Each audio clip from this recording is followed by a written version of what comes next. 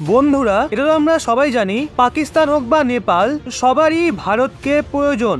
ভারতকে ছাড়া এরা কখনোই ওপরে উঠতে পারবে না। কিন্তু এদের মধ্যে যে অহংকার এবং ধোঁকা দেওয়ার টেন্ডেন্সি আছে, সেগুলো এই দেশগুলোকে এগোতে দিচ্ছে না। নেপালের সমস্ত কার্যকলাপ তো আপনারা জানেনই। প্রথমে দাপট দেখিয়ে ভারতীয় প্রোডাক্টের ওপর অতিরিক্ত ট্যাক্স লাগায়, কিন্তু তারপর কিছুদিন বাদে যখন নেপালের বাজারে ভারতীয় পণ্যের কমতি দেখা দেয়, তো এই নেপালি আবার ভারতের কাছে সেই সমস্ত পণ্য চেয়ে বসে। এমনই অবস্থা পাকিস্তানেরও হয়েছে। আসলে রিসেন্টলি পাকিস্তানের তরফ থেকে স্টেটমেন্ট এসছে, ভারত পাকিস্তানের সঙ্গে পুনরায় দ্বিপাক্ষিক বিষয় নিয়ে আলোচনা শুরু করুক। কিন্তু ভালোভাবে দেখলে এটাকে স্টেটমেন্ট নয়, একটা হুমকিও বলা যেতে পারে। স্ক্রিনে রিপোর্টটা দেখুন, যাতে বলা হয়েছে যদি ভারত পাকিস্তানের সঙ্গে আলোচনা শুরু না করে, তাহলে এর মারাত্মক পরিণাম ভারতকে ভোগ করতে হবে। আসলে পাকিস্তান ভারতের কাছে কাশ্মীর, বাণিজ্য এবং অন্যান্য বিষয় নিয়ে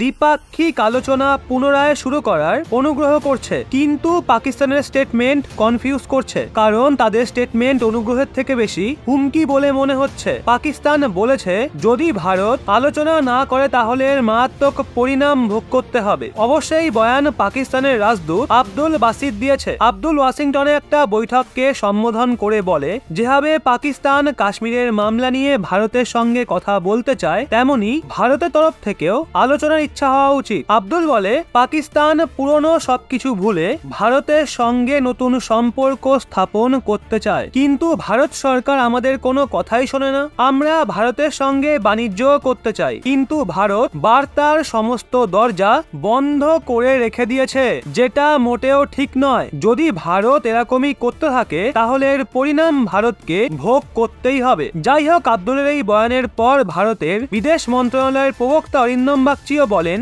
ভারত এমন দেশের সঙ্গে সমঝোতা কখনোই করবে না যারা জঙ্গিদের মদত দিয়ে তাদের আর্থিক ভরণ পোষণ করে। ভারতের দৃষ্টিভঙ্গি পরিষ্কার, প্রথমে নিজের দেশ থেকে জঙ্গিবাদ মুছে ফেলুন, তারপরই আমরা আপনাদের সঙ্গে আলোচনা করব, কারণ জঙ্গিবাদ এবং মানবাধিকারের কথাবার্তা একই টেবিলে শোভা পায় না। ভালোভাবে দেখা হলে গত সপ্তাহেও শাহবাজ শরীফ প্রধানমন্ত্রী মোদির সঙ্গে আলোচনা করার চেষ্টা করেছিল, কিন্তু সেটা ক্যান্সেল করে দেওয়া হয়। বর্তমান সময়ে পাকিস্তান পুরোপুরি কাঙাল হয়ে গেছে, কেউই সাহায্যের জন্য এগিয়ে আসছে না। এখন এমন সময় তাদের ভারতের কথা মনে পড়ছে, যাতে সস্তায় ভারতীয় পণ্যের লাভ তোলা যায়। এটা তো আপনিও জানেন, পাকিস্তান অ্যাটম বোম ছাড়া কোনো কথা বলে না। বন্ধুরা, এখন আপনারাই বলুন, নেপাল, পাকিস্তান এবং চীন, এই প্রতিবেশী দেশগুলোর সঙ্গে আমাদের সম্পর্ক কেমন হওয়া উচিত? কিছু বলার আগে অবশ্যই এটা মাথায় রাখুন, এই দেশগুলো মোটেও ভারতের শুভাকাঙ্ক্ষী নয়। সেই জন্য ভেবেচিন্তেই আপনার মতামত জানান।